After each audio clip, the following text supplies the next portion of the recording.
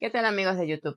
Bienvenidos a Libros y Café con Paola. Hoy el capítulo 32 de Carne Amarga. Doña Dolores era una hermosa mujer que había quedado viuda hacía muy poco tiempo.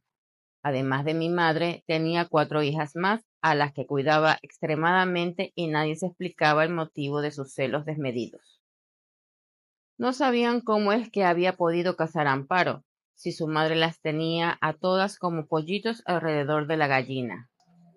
A mi madre la había dejado contraer nupcias después de 4 años de noviazgo, y sus otras hijas ya estaban casaderas y todavía no tenían novio.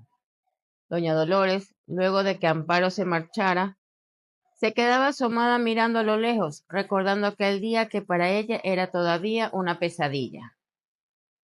Una noche muy oscura, donde solo se veían pocas estrellas muy lejanas, estaba esperando a su esposo en la ventana, pensando en que quería que volviera porque sentía en su pecho un terrible presentimiento. Intuía que algo malo le iba a ocurrir. Siguió esperando con la idea de que volviera. Miraba hasta donde su vista alcanzaba a divisar y no llegaba. Estaba tan ensimismada en sus pensamientos que no reparó en 2 jinetes se acercaron tanto a su ventana que de un solo tirón uno de ellos la montó en su caballo y huyeron a tropel. La tomaron por sorpresa y, como su casa se encontraba situada al fondo del pueblo, muy separada de otras viviendas, al sentir que le vendaban los ojos con mucha delicadeza, poniéndole un pañuelo que olía a lavanda, lanzó gritos de auxilio, pero nadie la escuchó. Galoparon un buen trecho. De pronto dejó de escuchar el galope del otro caballo. Sentía que hollaban piedras muy lisas, pero luego no las sintió más, solo el avance del caballo sobre la hierba pelada, dándose cuenta de que estaba sola con un desconocido frente a un camino sin fin para ella. La noche era oscura, no había luna y el hombre que la llevaba también se había tapado el rostro con un pañuelo dejando solo los ojos libres para poder galopar, por lo que sin esperanza se dejó llevar por ese sujeto por los caminos solitarios. Llegaron ante el portón de una cabaña. Él la tomó en sus brazos y la bajó lentamente del caballo. Todo era oscuro y lúgubre. No se podían distinguir nada ni a 1 metro de distancia. El hombre que la conducía, tanteando, llegó al canapé donde la recostó. Luego caminó 2 pasos y prendió el candil. El hombre alto y musculoso se había sacado el pañuelo, así es que al fin pudo ver el rostro de su captor. Lo miró bien, reconociendo su cara. Las largas pestañas daban sombra a sus ojos claros.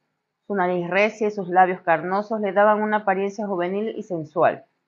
No lo veía desde hace mucho tiempo, pues él se había ido del pueblo huyendo a trabajar muy lejos.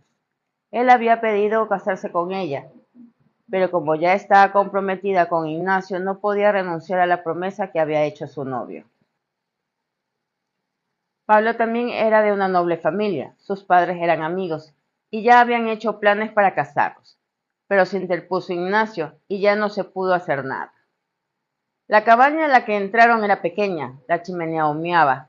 Al parecer, desde hace unas horas ya estaban apagándose las brasas. Una alfombra de tigre recostada en el frío piso yacía cerca de la chimenea. Los muebles de un cuero café muy oscuro rodeaban la alfombra. El sitio estaba tan tibio que invitaba a la intimidad. Al fondo se veía una puerta que desembocaba al terminar el pequeño corredor.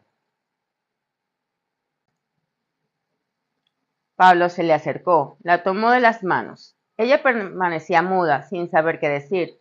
Sus ojos rogaban sin emitir palabras. Él no entendió sus ojos suplicantes, sino que la tomó con sus fuertes brazos llevándola a la pequeña habitación. Ella, sin fuerzas, se dejó trasladar. No puso resistencia. Sabía que de igual manera lo haría. Casi sin respirar ni balbucir ninguna palabra se entregó entera, sintiendo cómo el amor frustrado del hombre daba rienda suelta a toda su pasión. Antes de que aparecieran las primeras luces del alba, él la tomó en sus brazos, la vistió lentamente sin hablar una sola palabra.